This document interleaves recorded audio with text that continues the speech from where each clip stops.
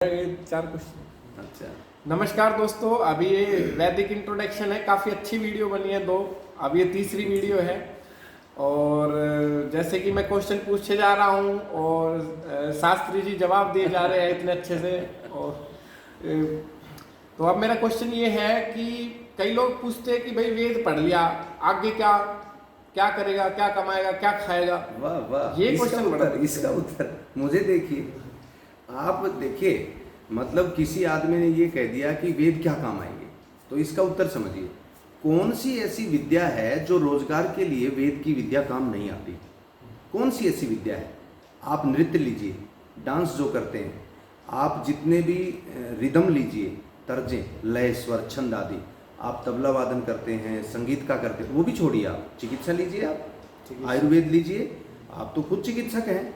वेदों में से निकल करके सारी आप खगोल शास्त्र लीजिए, सारे के सारे रोजगार उसी तरह। आज हम और आप जो बातें कर रहे हैं, मैं संस्कृत का जानकार हूँ, माना कि संस्कृत का विद्यार्थी हूँ, तो संस्कृत के कारण ही तो हम सब ये सीख पाते, बोल पाते। सामान्य व्यक्ति जो है वो मात्र केवल रट्टा कर लिया और उसको अंदर रख लिया, बाहर उसको फैलाया नहीं। जो वेद की विद्या को पढ़ता है उसका आत्मिक विकास होता है। आत्मिक विकास होने के साथ साथ वो पशुपालन, चिकित्सा, संगीत, विमानयान, खगोल विज्ञान या भूगर्भ विज्ञान या जितने भी जो कर्म हैं, मिश्रित कर्म जितने भी हैं, 3 प्रकार के कर्मों के कई प्रकार हैं वैसे तो, शुभ कर्म, अशुभ कर्म, मिश्रित कर्म।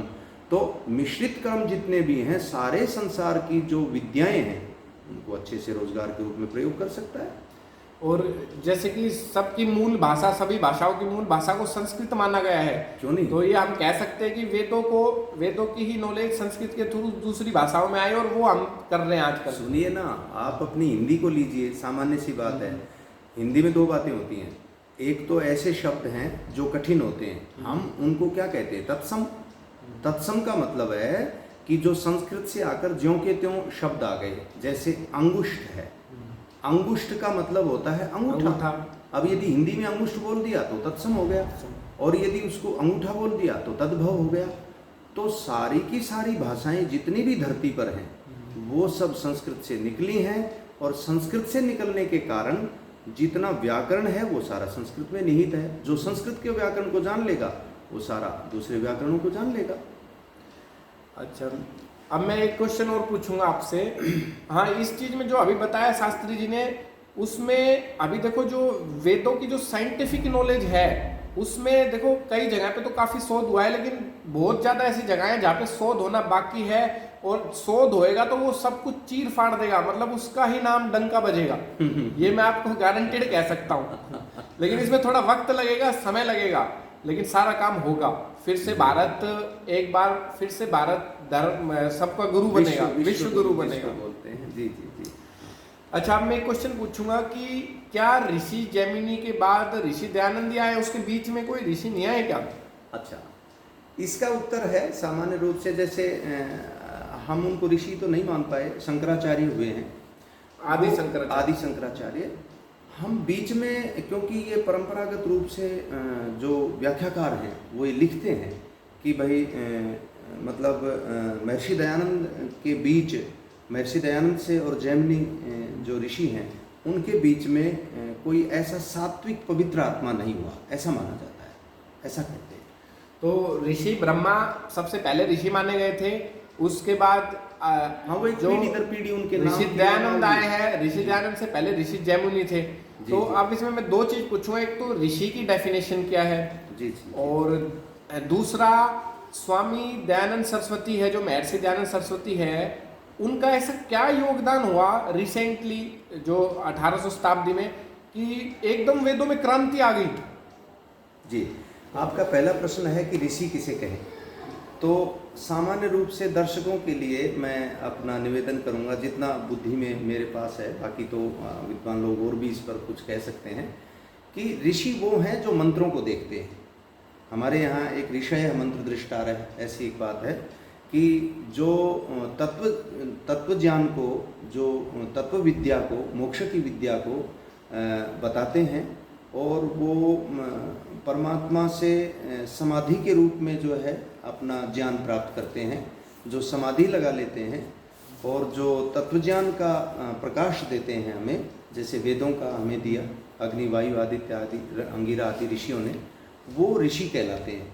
बाकी फिर तो इसके बाद में तो फिर सन्यासी जो तपोनिष्ठ होते हैं। तो ऋषि वो होते हैं जो मंत्रों को देखते हैं, जो परमात्मा के सानिध्य में रह करके और हमें ब्रह्म विद्या को प्रकाशित करते हैं, देते हैं। दूसरा प्रश्न आपने पूछा है कि महर्षि दयानंद जो हैं उनका क्या योगदान है, तो इसका उत्तर तो ये है कि महर्षि दयानंद, मैं इसका काउंटर क्वेश्चन करूँगा, कौन ऐसा ऋषि है जो महर्षि दयानंद के अलावा ऐसा है जिसने कि क्रांतिकारी के रूप में, आध्यात्मिक गुरु के रूप में और जो गृहस्थ से लेकर के, ब्रह्मचर्य से लेकर के सन्यास तक के जितने कर्म हैं उन कर्मों की शुद्धि के रूप में छोटी सी उम्र में और विज्ञान का इस धरा पर जो जो काम थे उन कामों को ऋषि के अलावा, महर्षि दयानंद के अलावा कौन सा ऐसा है व्यक्ति जो इन पिछले 200 वर्षों में यदि हम ढूंढें तो कौन मिलेगा? उनका एक इतना बड़ा योगदान है कि हम कहाँ होते यदि ऋषि दयानंद ना होते, तो वेदपाल कहाँ बोल रहा होता। तो मैं उनका बहुत ज़्यादा योगदान मानता हूँ, हम ऋणी महसूस करते हैं, गौरव हम उनको, यदि हम कहें कि असल में तो राष्ट्रपिता वो थे, राष्ट्रपिता, और उन्होंने ही स्वतंत्रता की वो लगाई का बिगुल उन्होंने बजाया। राम प्रसाद बिस्मिल ये सब उन्हीं के अनुयायी थे। राम प्रसाद, लाला लाजपत राम प्रसाद बिस्मिल, जितने भी पुराने थे आप देखिए ना, आप जितने शहीदों के नाम लोगे पीछे यदि आप अध्ययन करोगे तो 80% आर्य समाजी लोग जेलों में देश की आज़ादी के लिए रहे। इसमें मैं एक चीज और बताऊंगा कि उस दयानंद सरस्वती से पहले कई लोग ऐसे थे जिन्होंने वेदों का भाष्य किया और अर्थ का अनर्थ किया, जिसमें पशु बलि को मानने लगे लोग और भी कई अंधविश्वास मानने लगे, जैसे सायण थे, रावण, उवट, लक्ष्मण, महिधर, मुदगल, स्कंद स्वामी, भट्ट भास्कर, वेंकट माधव, ये पहले थे उनसे, उनसे पहले थे ये सब। तो स्वामी दयानंद सरस्वती ने इतना अच्छे से भाष्य किया ऋग्वेद का, तो जो मैक्स मुलर भी था, जो वेदों का विरोध कर रहा था, जो बोलता था कि वेदों में तो बहुत ज्यादा देवताएं हैं, पाश्चात्य विद्वान था, जिसका मेन टारगेट वेदों को ही गलत दिखाना था, और वो था उन्होंने महर्षि दयानंद की प्रशंसा की। उन्होंने कहा कि ऐसा भाष्य देखने के बाद तो मेरी आंखें फटी की फटी रह गई। तो बहुत सौभाग्य है हमारा ये, और मैं तो डॉक्टर साहब बड़ा खुश हुआ कि आप जैसे एक मेधावी विद्यार्थी छोटी सी उम्र में, मुझे ये भरोसा हो गया कि अगली हमारी यदि 20 साल का अंतर आपका हमारा है तो हम अब आश्वस्त हो गए। हम तो उतना नहीं कर पाए, हमारे जो बड़े लोग हमसे चाहते थे, लेकिन आप अवश्य अच्छा करोगे। इन्हीं भावनाओं, शुभकामनाओं के साथ मैं चाहता हूँ आप ऐसे ऐसे अच्छे अच्छे प्रश्न लाते रहें, जो मेरे लायक होगा मैं आपकी मदद करूँगा जी। इसमें मोस्टली सारे क्वेश्चन कवर हो गए हैं, और जैसे कि बताया कि हमारा अगला जो टारगेट रहेगा वो ये रहेगा कि हम ऋग्वेद पे वीडियो बनाए, यजुर्वेद पे बनाए, सामवेद पे बनाए, अथर्ववेद पे बनाए, एक एक इंट्रोडक्शन। मैं तो देखो हाँ काफी जरूर मैं उसमें आपकी मदद करूंगा, और हो सके कोशिश करेंगे कि ऐसे ही क्वेश्चन आंसर हो, ताकि आप लोगों को भी काफ़ी इंटरेस्ट आए इस चीज़ में और आप लोग भी इस चीज़ को समझें। हाँ, इसमें एक चीज़ ज़रूर है कि यदि आपको कोई मानो हमारी भूल भी लगती है तो हमारा उद्देश्य इसमें मात्र केवल ये है कि सामान्य जन इन बातों को समझें। बहुत सारे लोगों को इन चीज़ों का नहीं पता, और इसलिए डॉक्टर साहब का काफ़ी दिन से आग्रह था कि हम बैठें साथ और कुछ प्रश्न इनके हों और हम उनका उत्तर दें। तो परमात्मा ने जो बुद्धि हमें दी है दोनों को, हमने इसमें साझा किया है। फिर भी हम इसलिए विनम्रता से अपना पक्ष रख रहे हैं। इसमें कोई छोटी मोटी अगर बातें आपको अप्रामाणिक लगी हों तो उनका आप हमें बताएं, हम उनमें सुधार करेंगे, और आगे यदि कभी होगा तो उसमें उस चीज़ को अच्छे से हम विचारपूर्वक रखेंगे। मैं समझता हूँ इतना काफ़ी रहेगा। आज के दर्शकों का बहुत बहुत धन्यवाद।